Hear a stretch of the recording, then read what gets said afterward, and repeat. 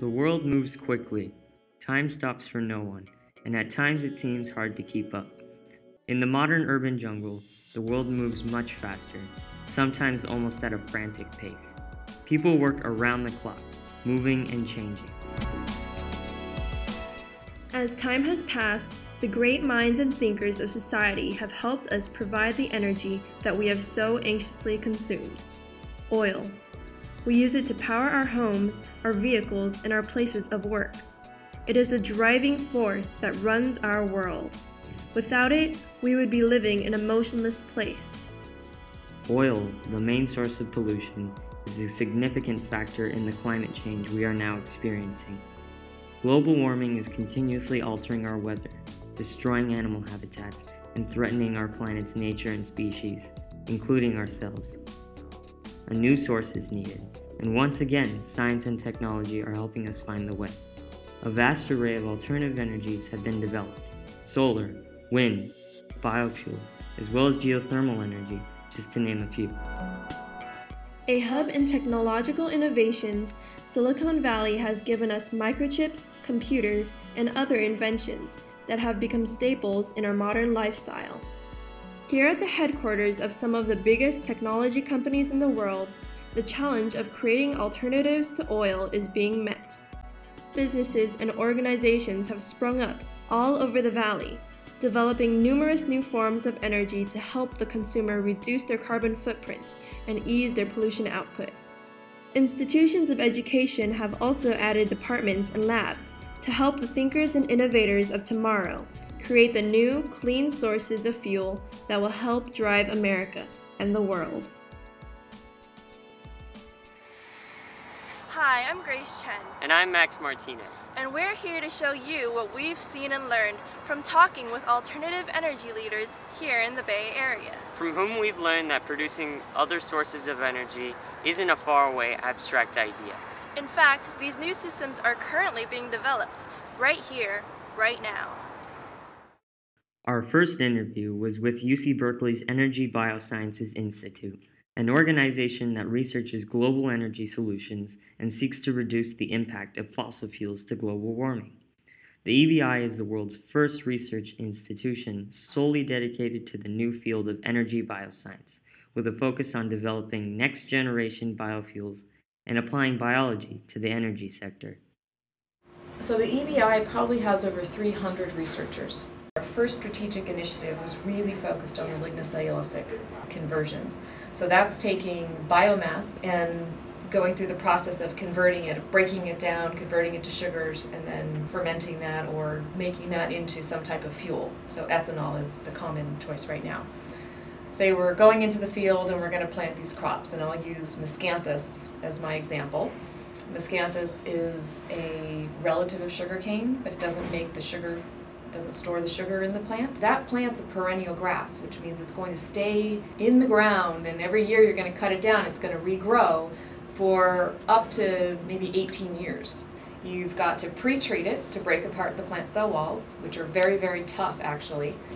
Then you need to incorporate some either microbes or chemical catalysts, and that end product would be the fuel. So we're trying to figure out what microbes, what bacteria or yeast or other fungi we can use in that process. So then once we have this fuel at the end, we hope that we can take it and drop it into our existing infrastructure or to distribute it and to put it in our automobiles.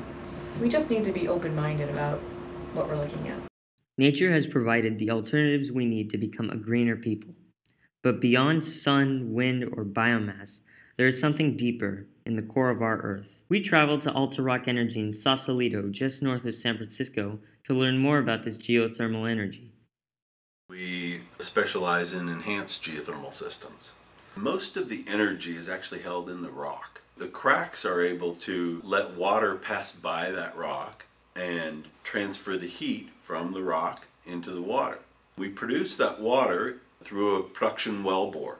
When we open the valve on these production wells, just like when you pop open a soda bottle, when we open that at the surface, that hot water starts flowing up the wellbore, and as it does, it boils and part of it turns to steam.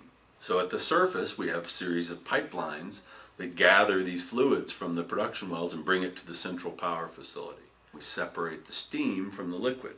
We take all the small water droplets out of the steam, and then we send it through a conventional steam turbine. And that electrical energy then is shipped off onto this larger electrical grid that covers the United States. Many tens of thousands of potential megawatts of generation could be developed in the United States if we improve EGS technology. The potential is tremendous. It just takes some innovative thinking to bring it to the forefront.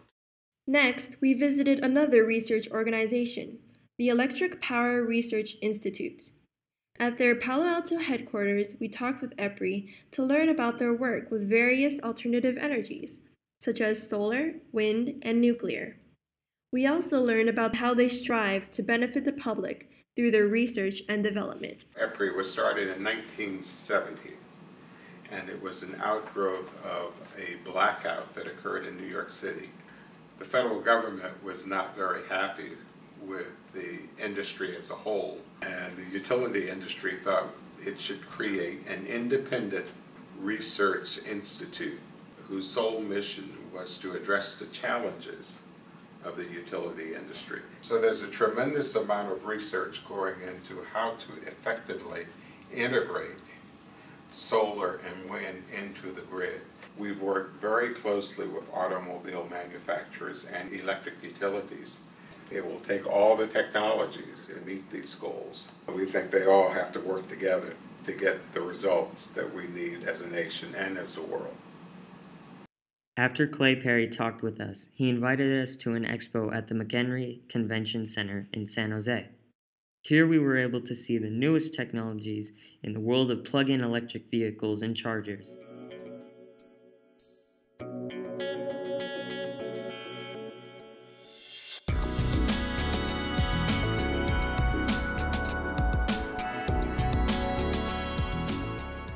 Well, I think it's becoming a wave of the future going forward with electric vehicles, and so we're very, very excited about having the opportunity to have this type of vehicle available for us. I think the technology that's coming out with this.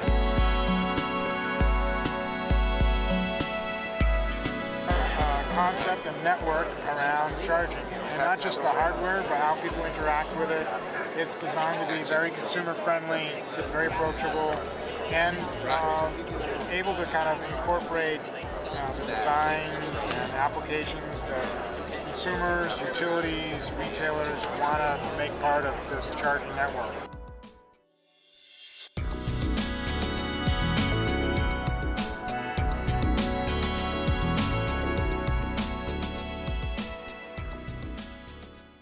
And finally, we'd like to thank the representatives from EBI, EPRI, Alto Rock Energy. The learning experience was more than we could have ever imagined. From talking with these institutions in the Bay Area, we have witnessed the revolution that is taking hold right here in our community. A revolution that is changing the face of our energy resources. Solar, wind, biofuels, geothermal. We have the technology shown in so many companies and organizations in the Bay Area to lead this path to save our planet's resources. And all this is happening as we speak. The promise of clean energy isn't just an article of faith, not anymore. It's not some abstract possibility for science fiction movies or a distant future, or 10 years down the road or 20 years down the road. It's happening right now. The future is here. We're poised to transform the ways we power our homes and our cars and our businesses. That's the promise of clean energy, and thanks to the men and women here today and the innovators and the workers all across America, it's a promise that we've already begun to fulfill.